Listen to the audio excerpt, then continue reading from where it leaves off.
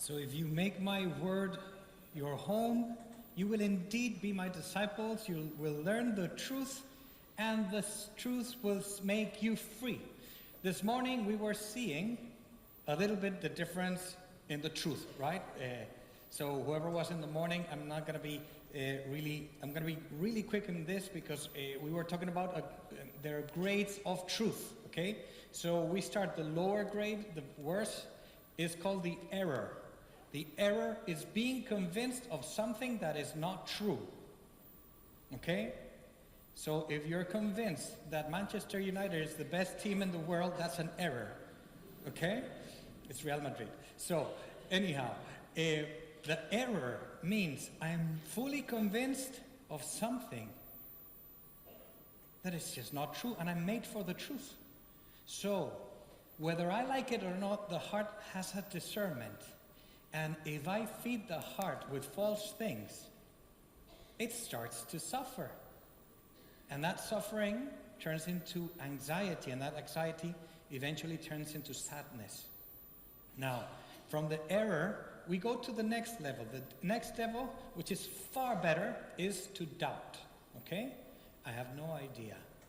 I don't know. Okay, but the problem of doubt is then that you can't move. You can't be all of your life doubting, because whoever sits himself in, I know nothing, I just doubt about everything. Yes, okay, yes, no, okay, no. Then what are you? You need to do a process in the path of truth. You cannot stay in doubt. Doubt is very healthy to go through, but not to install yourself in doubt, okay? Now the next one, above the doubt, is opinion. Opinion is when I'm pretty convinced about something and I already made a judgment and I'm pretty firm in what I'm saying, okay? So I can have an opinion on, for me, which is the best president that I would vote, okay? Which might not be, some of you are looking at me like, although that might be an error, okay? But, we can have my opinion, no? So if I say to you, okay, I love this chasuble, no? And someone that comes says, well, I would rather have it in a different color, or what, I don't know. Colors are opinions, okay? There's nothing wrong with opinions. It's to start being firm about something.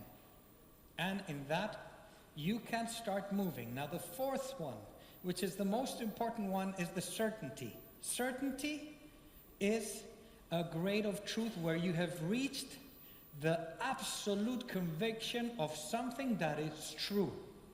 And yes, brothers and sisters, there are certainties in this world. There are certainties. Nowadays, we are in what we call the dictatorship of relativism. It seems everything is relative. And it's not true. There are certainties, no? So, and in fact, do you know that relativism can be attacked to the bone? Ready for this, okay? When anyone tells you everything is relative, you can go, okay, is this an altar? Well, it's relative. Is this a candle? Well, it's relative. Well, if everything is relative, then it's also relative that everything is relative. So not everything is relative. Does that make sense? Okay, let's not complicate it too much. Anyhow, it's important to know that there are things that if we don't know that they are true, we go cuckoo, okay? And we don't tell reality what it is. The intelligence is to adequate your brain to reality. So if you say, this is not a candle, this is an elephant. Hello, this is a candle, okay? No, but what if I want it to be an elephant? Well, it's a candle, but don't force me to think that it's a candle. What if I want? Well, it's a candle. You're so intolerant. No. I'm telling you, I'm not intolerant with you. I'm intolerant with the error. And it's an error. It's not an elephant. Does that make sense? Now, this is very important because the only way to be free is if we know the truth. Because the truth sets us free. And there are things that, of course, tonight I wanted to talk about freedom. Freedom is something that we also are mistaken in the way we understand. And I would like to tell you, there are 3 types of freedom.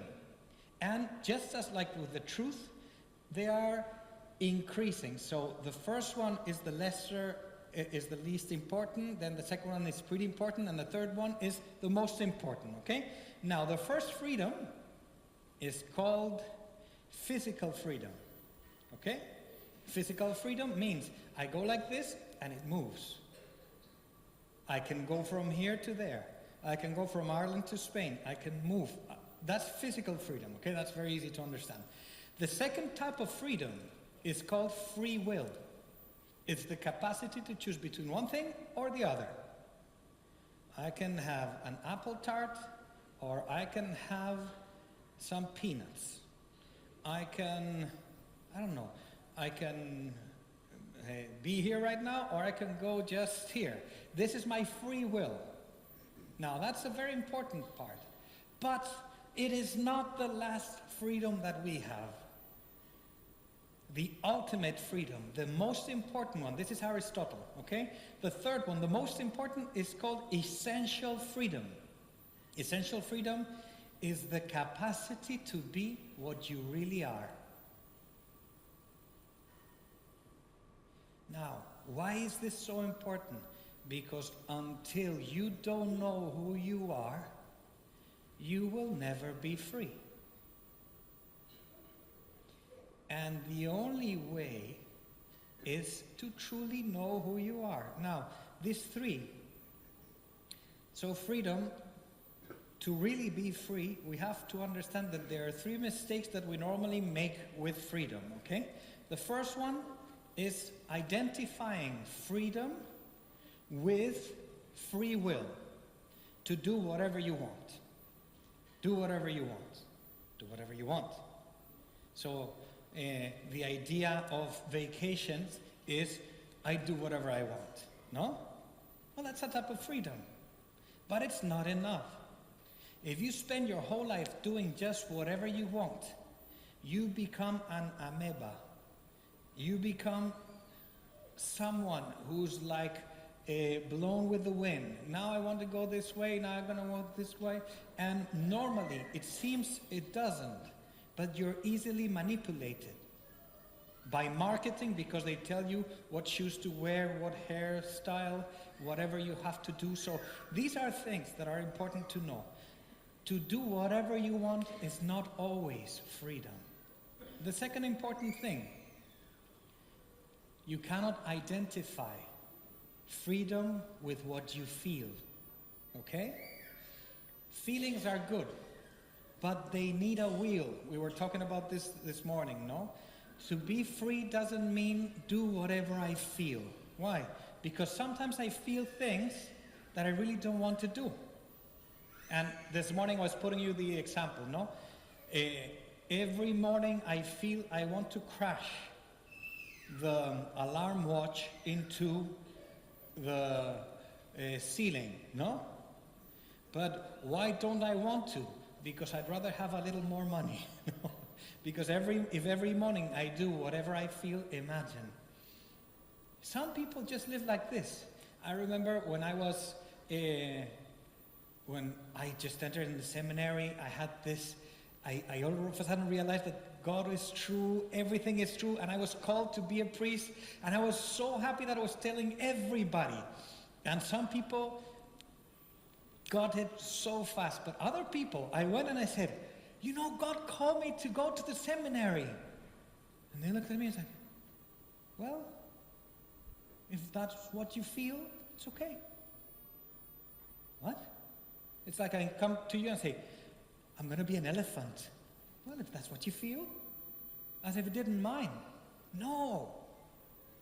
Now the third one, that is the most important one. You cannot separate truth from freedom.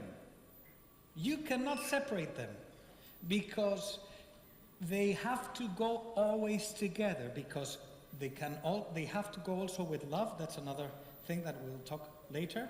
But a very important thing, you cannot separate truth and freedom. In fact, people know this. And do you know what Hitler did when he entered in Poland? What is the first thing Hitler did? He got all the people who fought in the country, all the philosophers, all the university teachers, and he gathered them in the theater. And you know what he did then? He burned down the theater. What was he doing? He was trying to get rid of the truth. What happens nowadays, sorry to say so, no? If there's anyone, we have just heard the news that Putin won the elections in Russia. Of course. Try to oppose and see what happens to you. If you take the truth, you take the freedom. If you don't know who you are, you will forever be a slave, whether you like it or not. Now, why am I telling you all of these things? Because there's only one person in the whole history of the world, just one, who said, I am the truth. Just one. This Jesus of Nazareth is saying that in him everything is certainty. Everything in Jesus is true. Everything. You know that Buddha, he was a philosopher, and he admitted, I am not the truth. Well, it's very different with Jesus, because Jesus is the only one who ever said, I am the truth. And if this is true, he's the only one that has the capacity to tell you who you are.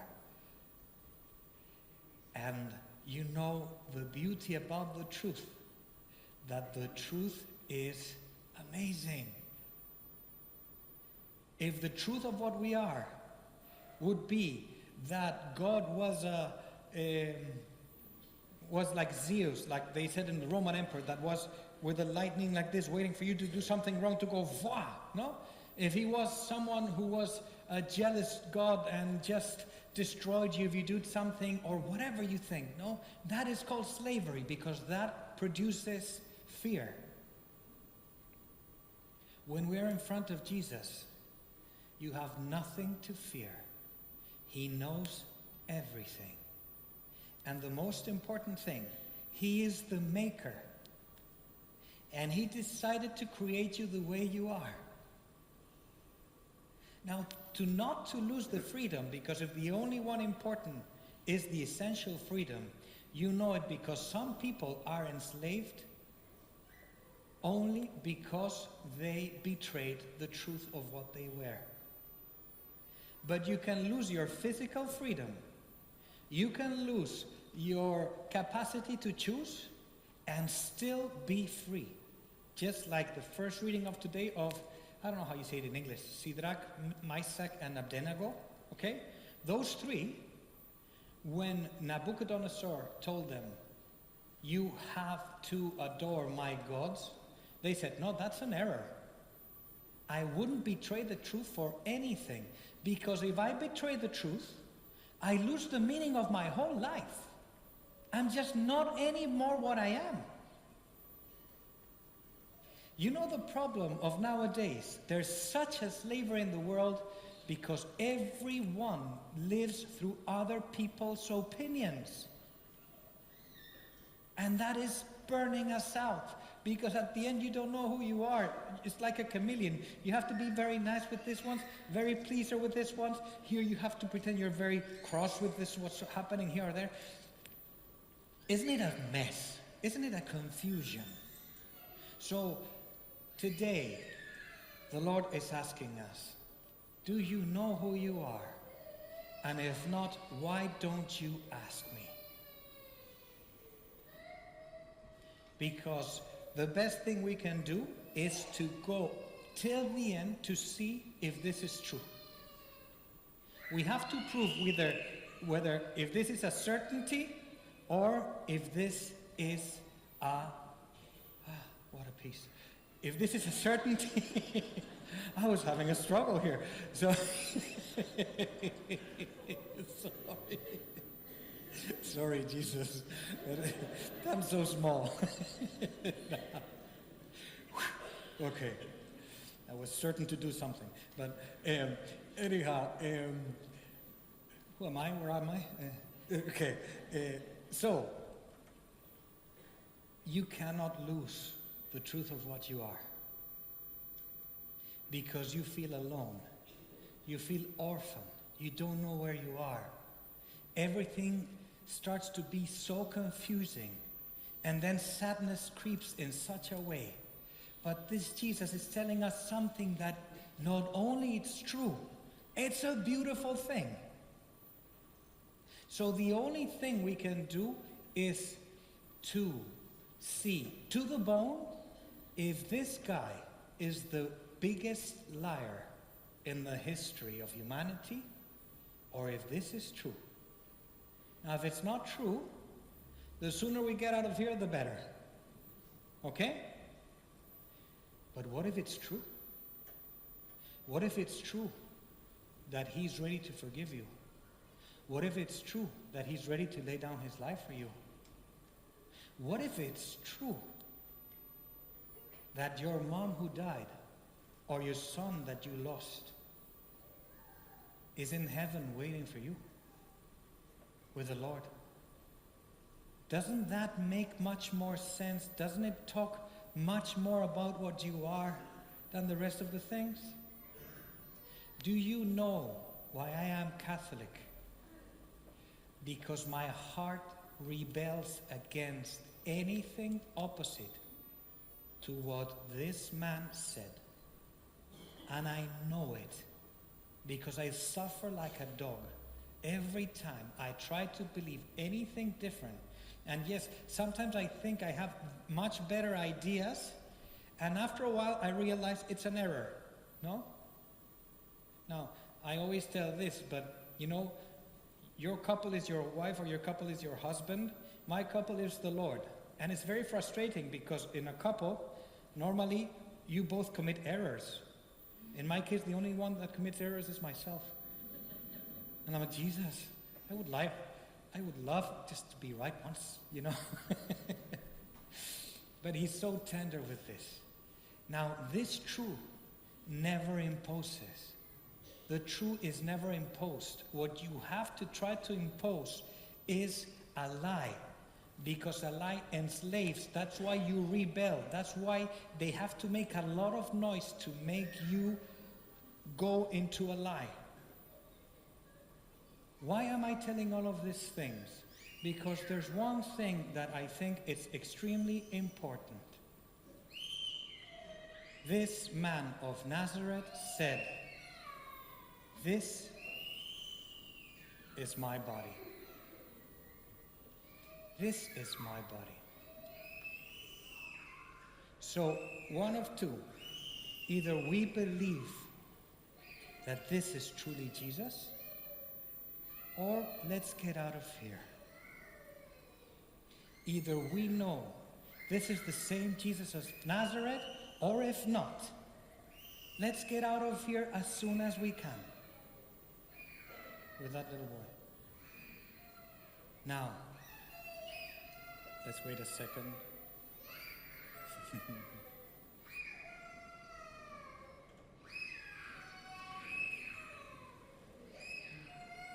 There he goes. All right. So, today, Jesus is saying, "This is I. This bread is me. This wine is me. it is I. I remember when I was working with Sister Breach for the first time, we went to Boston, and I was really scared because I didn't know what was going to happen. So every time we go to a parish mission, I get the monstrance, and I go with Jesus all around. And Sister only says the truth. The truth is, Sister doesn't heal anybody. I don't heal anybody. Father doesn't heal anyone. The only healer is Jesus of Nazareth. So while I go all around with Jesus, Sister says, this is Jesus. He's the one can heal you. He's the one that can heal you. So I went all around the church, and at the next day, I asked Sister, how often do you see miracles? And she said, what do you mean? I said, for example, yesterday, do you think there were any miracles? And she looked at me and she said, Father, do you really believe that the same Jesus of Nazareth was walking around the pews? And I said, yes. And she said, well then, it is impossible not to be miracles. Do you know this truth? That the maker of your heart will go around this church. That he's so much willing to enter in you. That he has the power like this to set you free.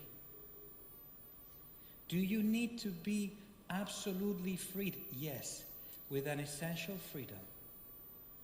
There was one that lost his physical freedom and his capacity to choose, but still was the most free person in the world. Do you know who I'm talking about? I'm talking about him.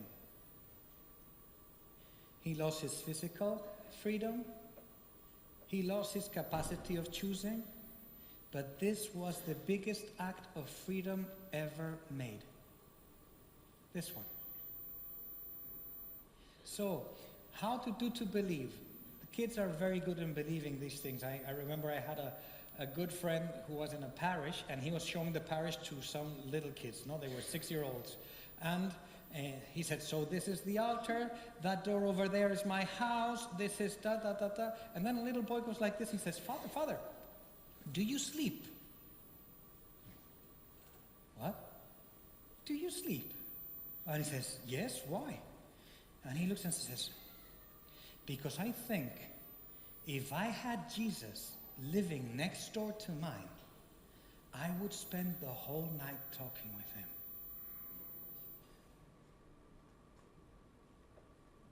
We're going to go with Jesus today. Do you all believe it's the same Jesus of Nazareth? Yes? Are you sure? Then why don't you come to Mass every day? Who's stopping you to come to Mass every day? Netflix. Who's stopping you to come to Mass every day? Why isn't this beautiful church as packed as today? Because we forget through slavery where we belong. Because we start hearing other people's errors that take us away from the only important thing in the world. And we're so concerned about other people's opinions that we just choke ourselves. Now, how to distinguish, how to know that this is true? Do I have to know everything to understand it's true? No. You know, Cardinal John Henry Newman, he's a saint now. He said a beautiful phrase. He says, 1,000 difficulties don't make a doubt. I'll try to explain. I can have difficulties to understand how the universe is so big, and how if you get a spaceship, you go up and up and up and never stop going up and up and up. I can have difficulties to understand the magnitude of the universe, but that doesn't make me doubt that the universe is true, right? Well, with the Eucharist it's the same. I can have doubts, I can have difficulties to understand how that bread turns into the body of Christ, how that wine turns into the blood of Christ, but all of those difficulties don't make a single doubt. And from there, I would love to tell you a story of you don't have to be a genius to understand these things. What people do understand these things? The ones who trust in a certainty. And I have a friend who has a son who's a Down syndrome. And the best definition I've ever heard about the Eucharist was from this little boy. You know what he did? My friend prepared him for the First Communion. And he came to the pastor and he said, my son is a Down syndrome and we would like for him to do the First Communion. And the pastor said, but he's an angel. He's not going to understand. Why would you? And my friend looks at him and he says, he's not going to understand. Ask him. So the pastor takes this little Down syndrome to the church and he stands right here. No? Imagine, he comes right here and he points at the cross and he says, okay, who is this? And the little Down syndrome looks at him and says, Jesus. Okay, very good, very good. Now, who is this? And he points at the tabernacle. No? And the little boy goes, Jesus. He says, very good, very good. And then the pastor asks him a question that I think he's going to spend a little time in the purgatory for asking this question, okay? But he goes like this. He says, I don't understand. Jesus and Jesus? Two Jesuses? You know what the Down syndrome said? He looks at the pastor and he says, no, Father, I'm going to explain it to you. And he goes like this. He says, that one looks like the real one, but it's the fake one. And that one, Father, and he points at the tabernacle, looks like the fake one, but it's the real one. It's the real one. He is the real one. You don't have to try to do an act of whatever. Just know who you are. Ask Jesus who you are. And he will tell you so many things. It fits perfectly well. Nobody has explained the suffering like Jesus in my life. Nobody has explained forgiveness. Nobody has explained love. Nobody has explained my personality the way Jesus has done. And the more time goes by, the more I'm convinced. Who do you want to follow? Whoever you want to follow, make sure you know how his life ended. Okay? So if you want to follow Mahoma, make sure you know how his life ended or how he lived. If you want to follow Henry VIII, make sure you know how he ended. If you want to follow, I don't know, whoever, make sure. If you want to follow Jesus, make sure his life didn't end. His life didn't end. He's still here with us. And if, in case you need some more help, there's someone in your life that will always help you, and that's Mother Mary. Mother Mary is the mom for excellency. And just in case you have a doubt, us Catholics never adore Mary. We honor her. Why do we honor Mary? And this is a very simple way of putting it. But I'll ask you tonight, do you think Jesus, when he was here on earth, fulfilled 100% the commandments, yes or no? Okay, so there's a commandment that says honor mom and dad, right? Okay, he honored his father, his heavenly father, did he? Yes or no? Yes. Now, did Jesus honor his mom? Yes or no? So if Jesus honored his mom, who am I not to honor her? Who am I not to honor her? And again, I'll put you an example, because then if Jesus honors his mom, it means she gets from him everything he asks. Everything. So if you don't dare yourself to go directly to Jesus, go to mom. That's what I did with mom and dad when I was young. No, I was a terrible student, and my reports weren't really well. So I just first went to Mom and said, can you show this to Dad? Now, ask Mary. And I will finish with this example that I always put in the parish missions, because I think it's one of the most beautiful miracles that I've ever heard. You know, in Lourdes there was a beautiful miracle of a little girl. She was in a wheelchair. And she came with his mom and dad and his little 7-year-old brother. They went to Lourdes. And they were explaining to the little brother everything that was happening. No? So they were saying, look, we're going to see Mother Mary. Mary is the mom of Jesus. We have to ask her to intercede for us because she knows her son very well and she can get this miracle for your sister. And he was like, okay, let's do it. So they go there, they go to the grotto, they go to the pools, they go around praying to Mother Mary to ask for this miracle. Now, one of the places where miracles take place, especially in Lourdes, is there's a huge plaza, and there they put all the handicapped or all of those who need healing all around this big plaza, no? And then the father goes around with the monstrance, just like what I'm going to do tonight.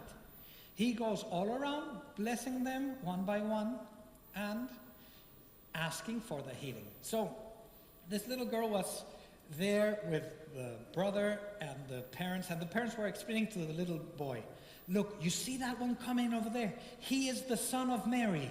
He is the son of the one that we were praying to all this time. Wow, okay. So he's the one who can do the miracle. Okay, so we have to ask him really, really deeply to heal your sister. Okay. So the priest comes, starts blessing each one, comes to the next one, blesses the little girl, and continues. Okay? And the little boy goes, are you healed? Are you healed? And the little girl said, no. The little boy turns around, looks at the monstrance, and says, I am going to tell it to your mother. Listen to this. The priest turns around, listens to that, goes back, blesses the little girl, and she was instantly healed. Instantly healed. Now, if you continue with doubts, with opinions, I am going to tell it to your mother. Because it's way too much suffering not to know the truth. It's way too much suffering to be apologizing to be Catholics when it's the biggest gift that we ever had. You knew how not to sell yourself with a guy called Cromwell. Please don't sell yourself with a guy called woke, with a guy called Netflix, with a guy called social media. Don't sell your treasure. Be ready, because if you don't sell him, it will happen to you like with Shadrach, Meshach, and Abednego. You will see near you someone who looks like a god with a human figure that defends you till the end. This is our Jesus. This is the one that we will see in a while now in the Eucharist. Amen.